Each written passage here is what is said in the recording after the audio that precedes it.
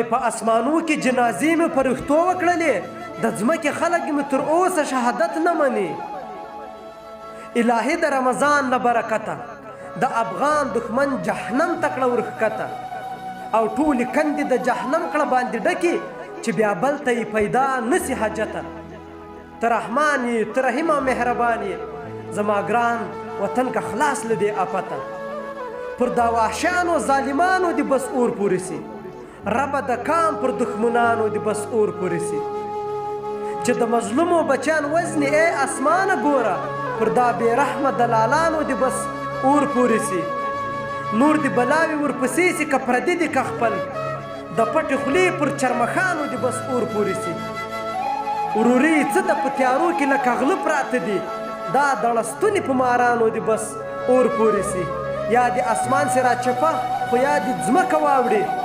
پر دا نامردو پردي پالو دې بس اور پورې سي دا هغه د خوست د ماشومانو مندو چغې نه اوري خدایه په دغه بندګانو دې بس اور پورې سي خدایه په دغه بندګانو دې بس اور پورې سي